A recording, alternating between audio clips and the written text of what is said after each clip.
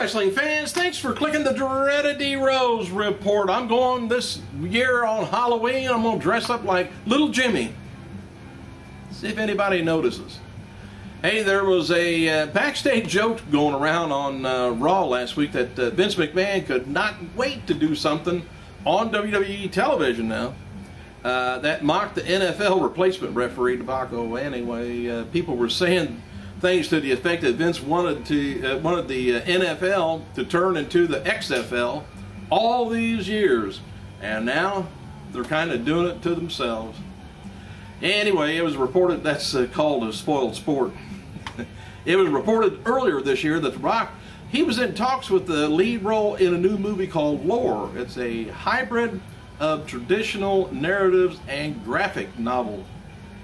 Not sure what that is. Anyway, IGN reports that The Rock is now confirmed for the role.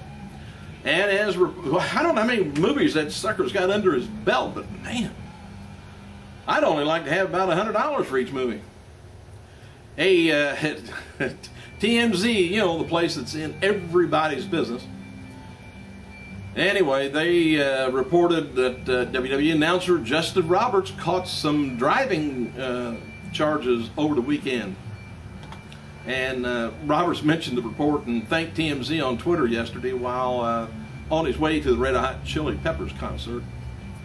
And WWE shop site is now selling Halloween fan packages for Cena and Cara, R-Truth, Morella, Sheamus, and Dolph Ziggler. I think one of the Halloween things they ought to be selling is a Vicky mask, don't you? I think it might be too big to put in a box, but you might be able to go pick it up at Stanford. Dark main event after last night's SmackDown taping in Buffalo, New York, saw Sheamus beat Alberto Del Rio with a, guess what, a bro kick. And as noted back in August, people within WWE, they're kind of expecting Triple H to put more focus on ring, tag team division. And as he takes over from Vince McMahon's duties and gets more power, well, the change is now coming in the focus that we thought it was going to be. Tag teams coming straight from Triple H. They hope to have a credible tag team division before the year is over. And back in August, the feeling was more to focus on the tag teams, which would mean the Divas would get pushed back on the back burner. That doesn't look like it's going to be the case, though. Word is they have some significant thing planned for the Diva division over the next few months. Good. I hope it's being on TV. And as noted before, WWE is considering doing some kind of a storyline with instant replays. You got to keep that deal going. Anyway, of course, AJ Lee mentioned on Raw this week that WWE does not do instant replays and won't be doing them. And that was kind of mentioned for a reason, because they've done that before and overruled the referee's order. Just think back a while. I can't remember pinpoint the match, but they've done it. Restarted the match, and I think Teddy Long or one of the managers, I don't remember who it was, brought it to the referee's attention in the ring at that time.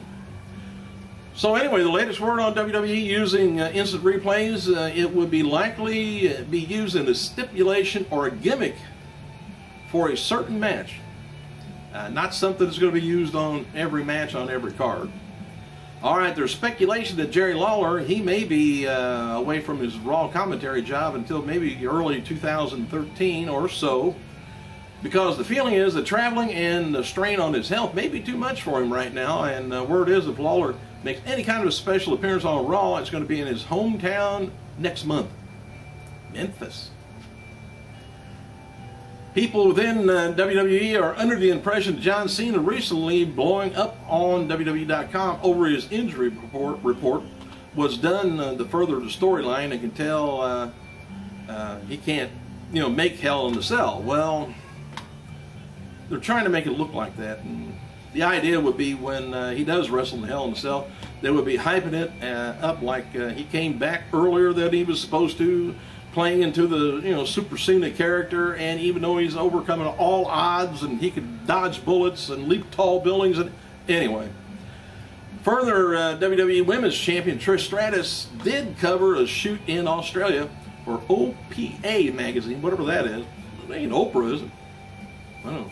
Anyway, the issue is being released sometime this year anyway. Just thought I'd throw that out. I don't know why I told you that, but anyway, I did. Former WCW World Champion Diamond Dallas Page appeared on Fox and Friends this morning to promote the DDP Yoga, and Page had with him an injured veteran who, unable to walk on his own after returning home from the service, and DDP Yoga helped the man lose 140 pounds. Maybe that's the reason he couldn't walk. I don't know. If I had extra 140 pounds, I couldn't either. I'm bad news on just extra 30. All right, 35. Well, 40 then. I don't know. Anyway, not only can he walk on his own now, he's able to run. I need to do that around the house. Anyway, to get the idea, WWE new channel HULU Plus. A reader noted this week on Raw, Raw was cut down to 90 minutes instead of 3 hours, and the following segments were left out on HULU broadcast. Don't know why they left that out. If they're going to give it the whole package, don't even fool with it. Backstage segment with Braddox and AJ Lee. Kofi Kingston versus Dolph Ziggler wasn't on it. First dinner segment with Kane and Daniel Bryan wasn't on it. Santino Marella versus Zack Ryder versus Young and O'Neal weren't there. Backstage segment on the six-man match and the entrance matches wasn't there. Tyson Kidd versus Wade Barrett wasn't there. Alicia and Layla versus Eve Torres, Beth Phoenix. The hell, there wasn't much there at all then. Unless it's in 2 parts. Somebody better look around and see if it's a part 2. That would add up to 3 hours, wouldn't it? 90 minutes. Anyway. Fans in Guyana can meet hometown hero WWE superstar Ezekiel Jackson, the Big Guy Expo convention this week. Zeke's going to be there from Thursday to Saturday. I'm not going over there to meet him. He's going to have to come over here. Bill DeMond has teased another season of WWE in Tough Enough again, and the official Tough Enough Twitter account tweeted a message about WWE Shop doing a Tough Enough merchandise giveaway next week.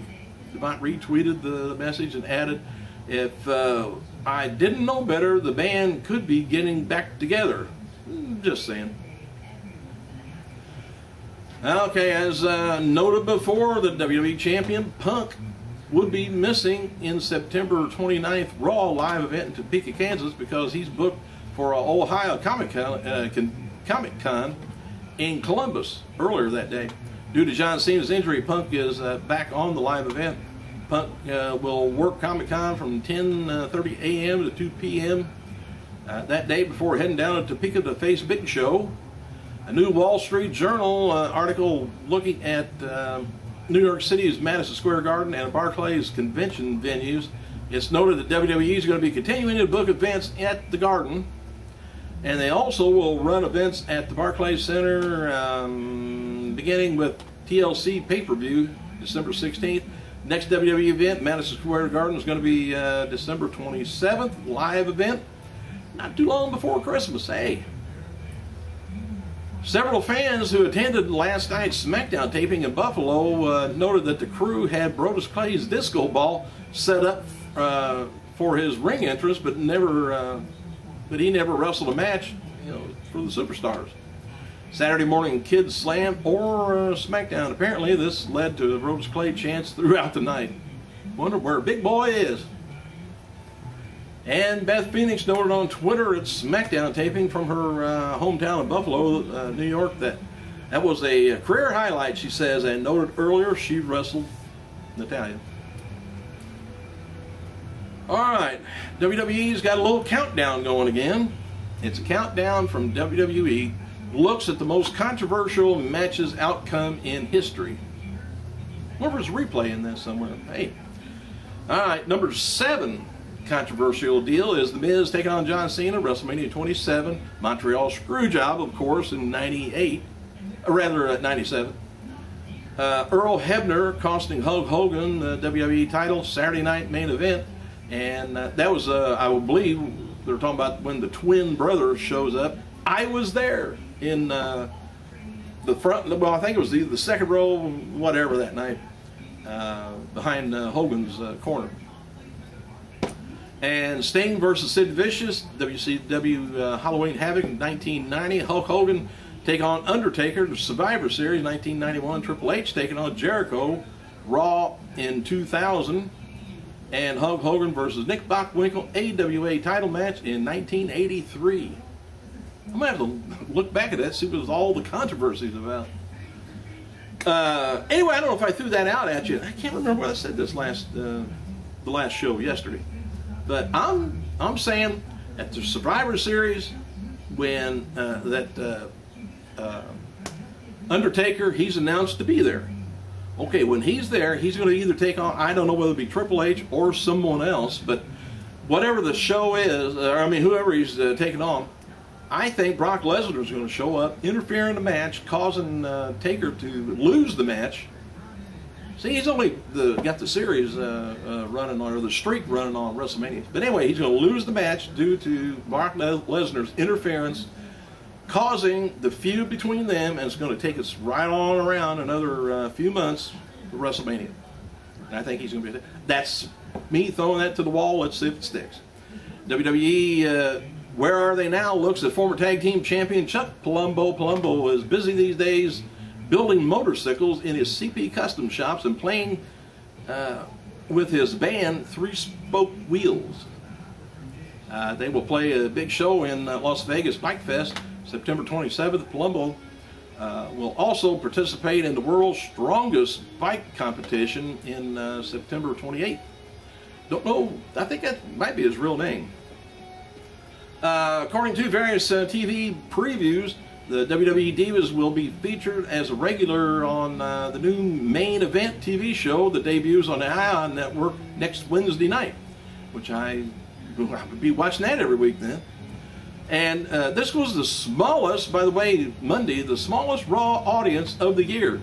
It was also the smallest Raw audience since July 4th, 2011. Furthermore, this was the least watched non-holiday WWE Raw in over 5 years. The overall 2.7 rating is tied with the May 28th Raw for the lowest of the year. Football. FYE, they're going to be carrying an exclusive version of Punk's new WWE DVD that comes out in a few weeks. Their version contains 3 DVD disc set bundled with a set of CM Punk wristbands. The set will go for $29.99. I don't think they discount very much at all there. And noted before, Sin Cara wrestled a masked luchador at last night's WWE Saturday Morning Slam at Buffalo, New York. We don't know who he is yet. We've just launched we just learned that a wrestler went by the name of El Loco and is actually Ricardo Rodriguez in a mask. Sin Cara ended up winning and with a swanton white while Santino Marella was on commentary. So we got Rodriguez under a mask, which might be bad. It might be good for him to do that all the time anyway. Anyway, this comes the same day we reported WWE officials were talking about having Rodriguez wrestle more, and noted before that he was a wrestler under the mask before in Mexico as Chimera. Hey, thanks for clicking, you guys. I gotta go.